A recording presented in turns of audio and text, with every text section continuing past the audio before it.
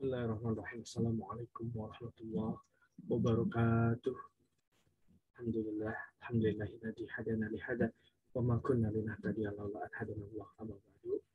Kabar anak-anakku sekalian yang dirahmati Allah, mudah-mudahan semua dalam keadaan sehat kalian sekeluarga. Kita hari ini akan murojaah materi sahabat Nabi. Waktu itu kita sempat bikin ice breaking. Yuk kita bareng-bareng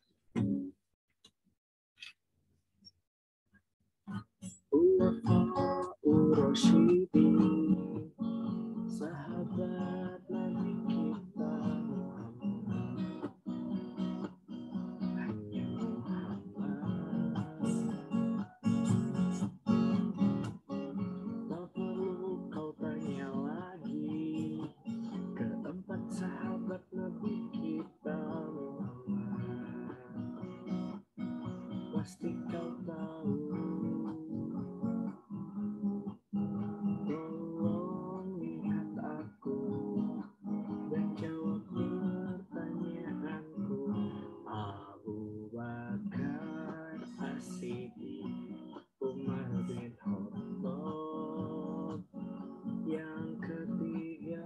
Utsman bin Affan, dan keempat sepupunya pasti kau sudah tahu. Yang nomor 4 yaitu anak Abu Thalib dan suami Siti Fatimah, Ali bin Abi Thalib. Nah, kemarin kita sudah bahas ice breaking itu. Sekarang kita bahas sedikit materinya nih. Semua perhatikan slide-nya ya. Pak Iki akan share screen. Kita ubah dulu background-nya. Oh, hai.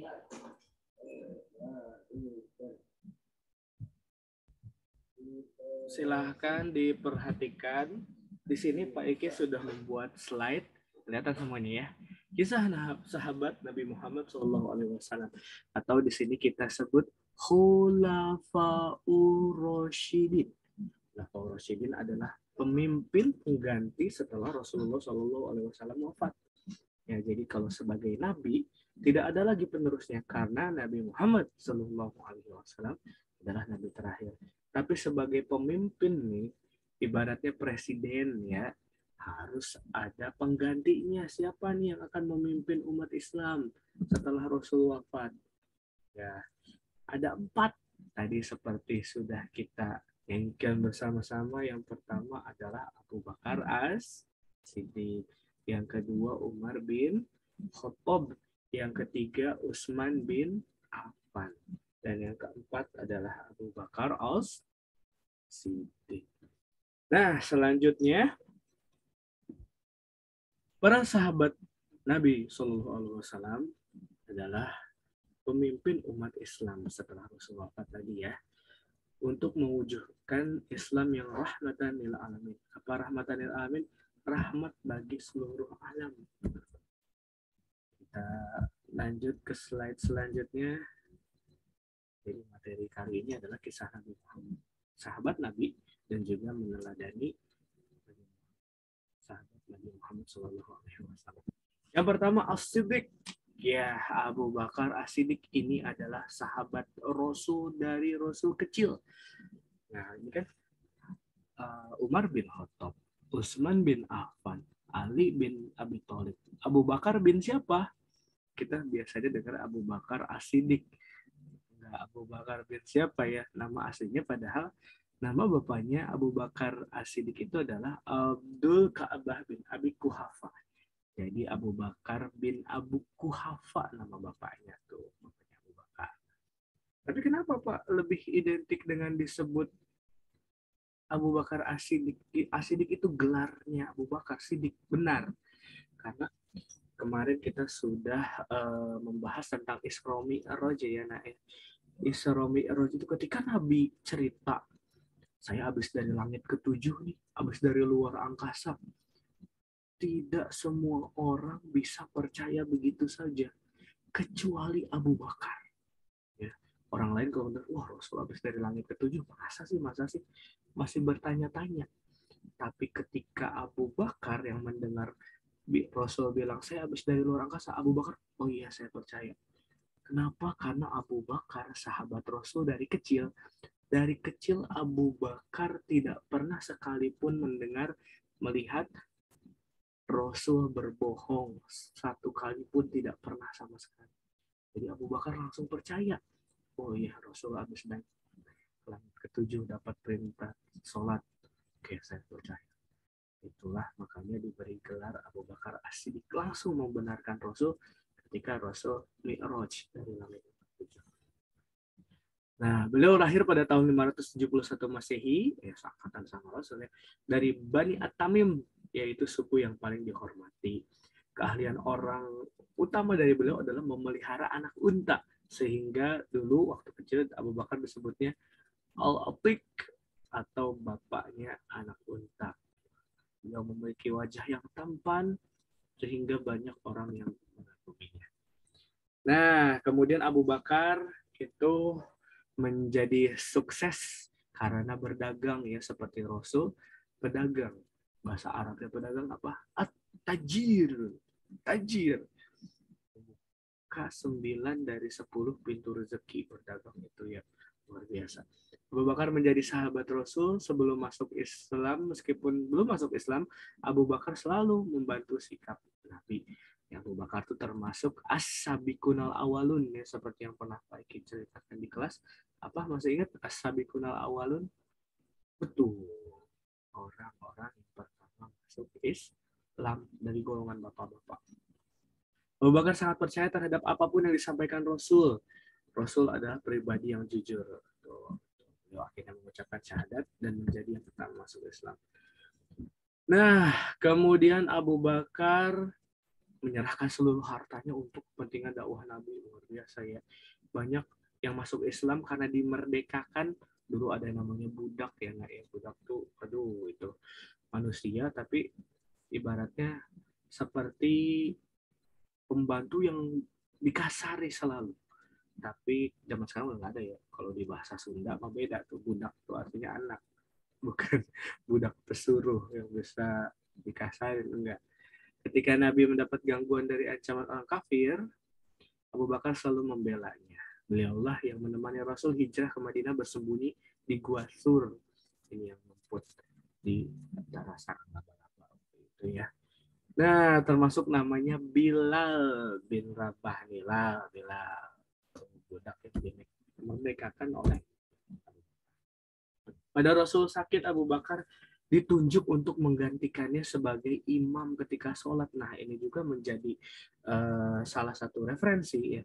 Kenapa setelah Rasul wafat, yang terpilih pertama adalah Abu Bakar? Karena Rasul udah ngasih tanda nih. Ketika Rasul sakit, yang jadi imamnya Abu Bakar. Wah, ini tanda ketika Rasul nanti udah nggak ada, yang ganti ini adalah Abu Bakar. Sahabat Nabi yang tertua dan paling dekat dengan Nabi. Nah, kemudian Abu Bakar mempunyai anak namanya Siti Aisyah ya, Naya. Siti Aisyah itu yang akan menjadi istri Nabi Shallallahu Alaihi Wasallam. Ketika Rasul wafat, sahabat berselisih menggantikan pengganti Rasul. Ya, jadi ada wakil dari Muhajirin, ada wakil dari Ansor, tapi secara aklamasi itu sama Umar langsung diangkat. Umar kan badannya gede banget, Abu Bakar mah kecil. Nih, Abu Bakar yang jadi khalifah pengganti Rasul. Semuanya setuju. Nah, yang Abu Bakar lakukan pertama ketika menjadi khalifah setelah Rasul wafat, banyak yang ngaku jadi nabi palsu. Nah, salah satu namanya Musailamah Al-Kazab. Musailamah Al-Kazab, Tulaihah. Itu orang-orang yang mengaku sebagai Rasul sama Abu Bakar diperangi itu. Balik lagi ke Islam enggak? Jangan ngaku-ngaku jadi nabi. Karena nabi adalah Muhammad SAW adalah nabi terakhir. Ada juga orang gerakan ridah. Ridah itu adalah orang yang tidak mau membayar pajak atau zakat. Zakat nggak mau bayar, pajak negara juga nggak mau bayar, uang dan kontribusinya. Kemudian mengumpulkan Al-Quran. Dulu Al-Quran masih tercecer, belum menjadi satu kitab seperti sekarang. Dikumpulkan di zaman Abu Bakar tuh di satu ini. Nanti dijadikan buku, dijadikan mushaf di zaman Utsman bin Affan nanti. dikumpulinnya tapi di zaman Abu Bakar. Next, setelah Abu Bakar wafat, kira-kira 2 tahun ya menjadi khalifah, Abu Bakar sakit, kemudian meninggal dunia. Abu Bakar menunjuk Umar bin Khattab yang menjadi penggantinya. Umar bin Khattab ini kita tahu kan luar biasa tegap ya.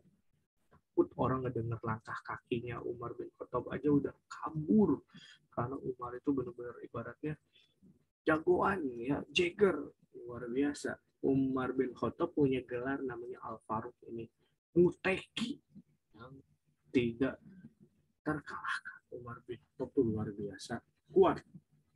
Lahir pada tahun 13 setelah kelahiran Nabi, keluarga Bani Adi termasuk dalam suku Quraisy. Kalau Umar bin Khattab itu garis keturunannya bertemu dengan Nabi di nenek moyang yang bernama Ka'abah. Setelah masuk Islam, Umar bin Khattab menjadi sahabat yang gigih membela Islam.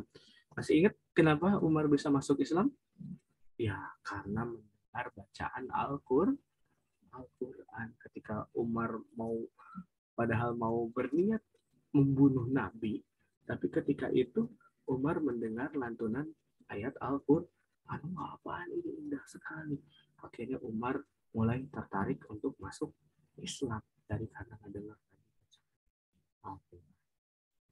Umar mengajak Rasul untuk mendakwakan agamanya secara terbuka. Nah, kan awal-awal waktu itu Pak Eki pernah cerita ya, strategi dakwah yang pertama adalah dakwah secara sembunyi-sembunyi, dakwah secara terang-terang.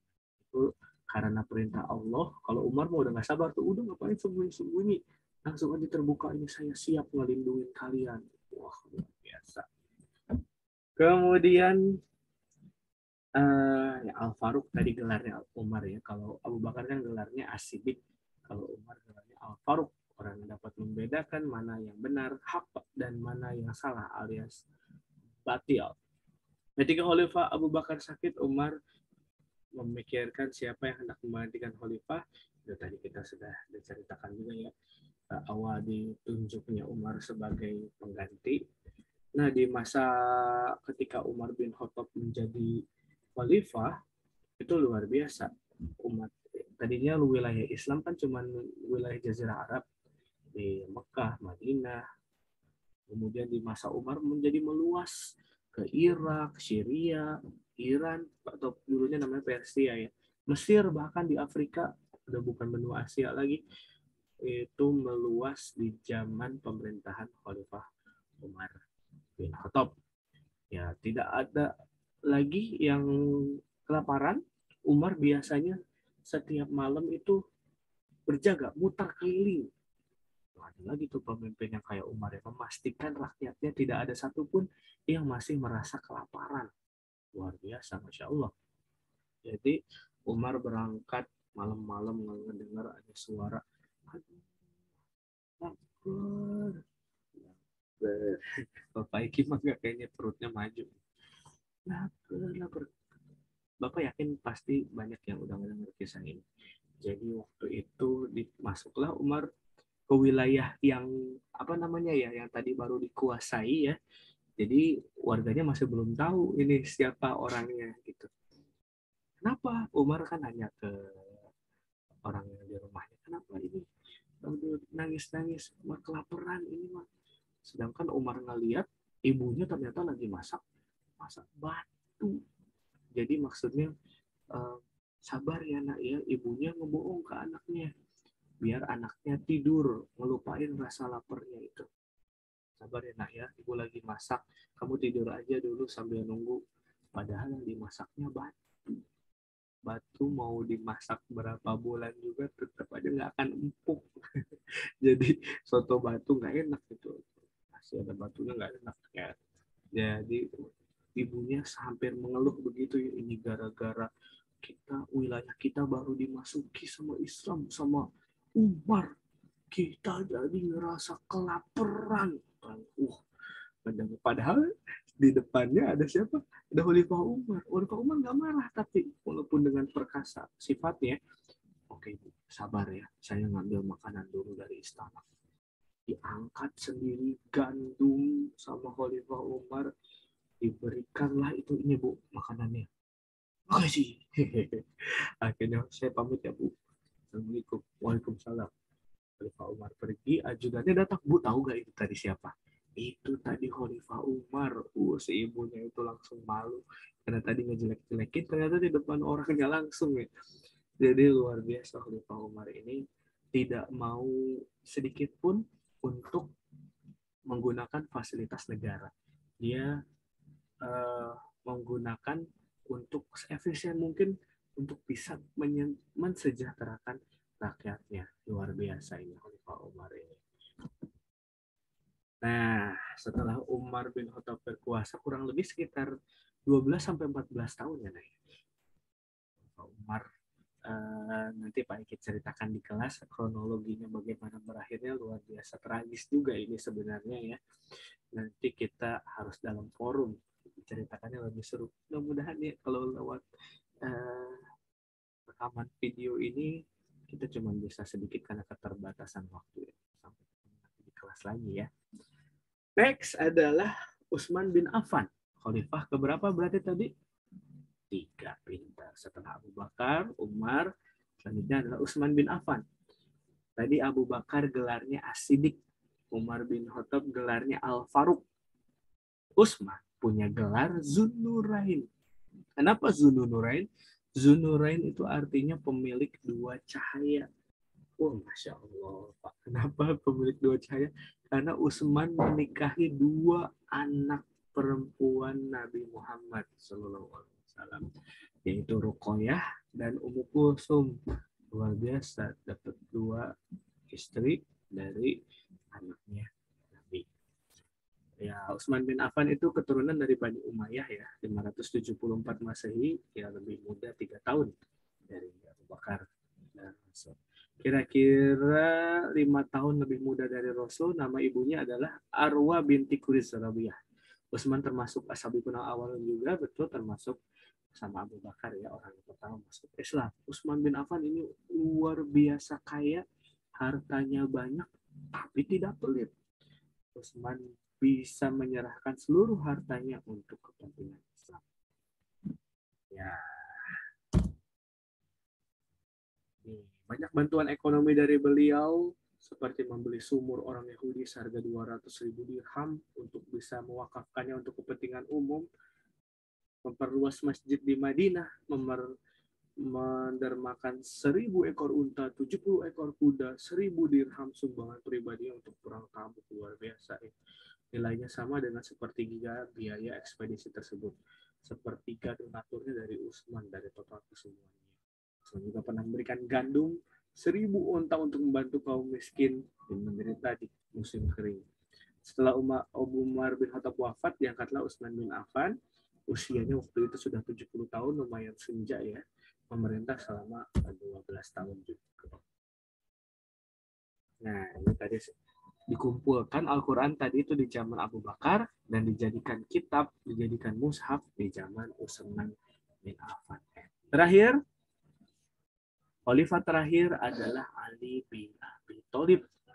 Sekali lagi kita ulang lagi ya, Abu Bakar gelarnya As-Siddiq, Umar gelarnya Al-Faruq, Utsman bin Affan gelarnya Zunnurain, sedangkan Ali bin Abi Thalib gelarnya Babul Ilmi atau pintu ilmu. Bab itu artinya pintu. Kalau ada di buku itu ada tulisan bab 1, bab 2, bab itu artinya pintu. Ilmu. Maksudnya pinter. Ilmu perpustakaan berjalan. Ali dilahirkan ke kota Mekah, Hijaz Jazirah Arab, 10 tahun sebelum Nabi Muhammad SAW. Ayahnya adalah Abu Thalib alias pamannya Nabi ya. Ibunya adalah Fatimah binti As'ad. Jadi anaknya ibaratnya apa namanya? Ponakan ya, ponakannya Nabi Ali bin Abi Thalib itu. Sejak umur 6 tahun itu Ali sudah bersama Nabi, jadi ikut kemana-mana sama Nabi ya, termasuk ashabikun al-awwalun juga dari golongan anak-anak. Waktu itu Ali dari kecil sudah masuk Islam. Punya anak dengan Fatimah Zahra, putrinya Nabi, yaitu Hasan, Husain, Zainab, dan Ummu Kulsum. Ya, Nabi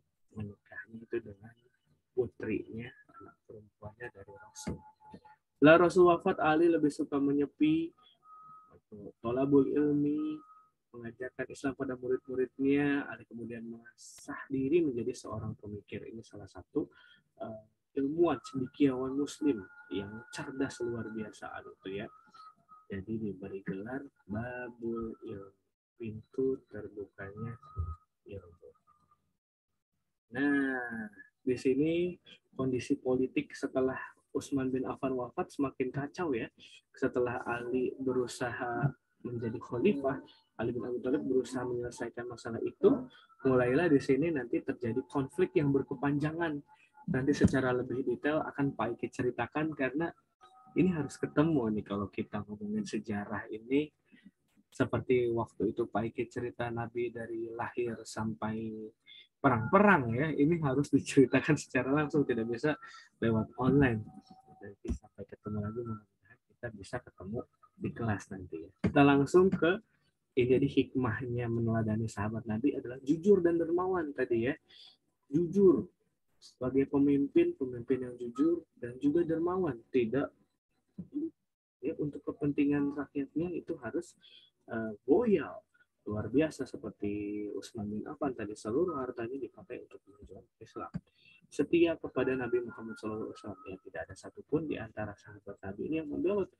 Ini pemimpin-pemimpin pengganti Rasul atau Khulafaur Rasyidin ini adalah orang-orang luar biasa yang diutus Allah membimbing manusia ke jalan yang benar. Ya, cinta itu adalah fondasi menuju ketakwaan. Segala sesuatu yang dilakukannya atas dasar cinta. Tegas dan berani, ya seperti Umar, Al-Faruq, ya, Ali bin Abi Thalib juga luar biasa, jagoan-jagoan perang semua itu. Ali punya pedang namanya Zulfikar tuh ya, pedangnya itu pedang bermata dua. Ini kalau pedang model biasa kan begini. Kalau pedangnya Ali bin Abi Thalib ini ada dua mata. Namanya Zulfikar. Ini Ali selalu menang perang menggunakan pedang tersebut. Walaupun nanti akhirnya betul-betul tragis, Pak Iki juga pengennya ngejelasin langsung ya nak ya. Nah, sekian aja dulu.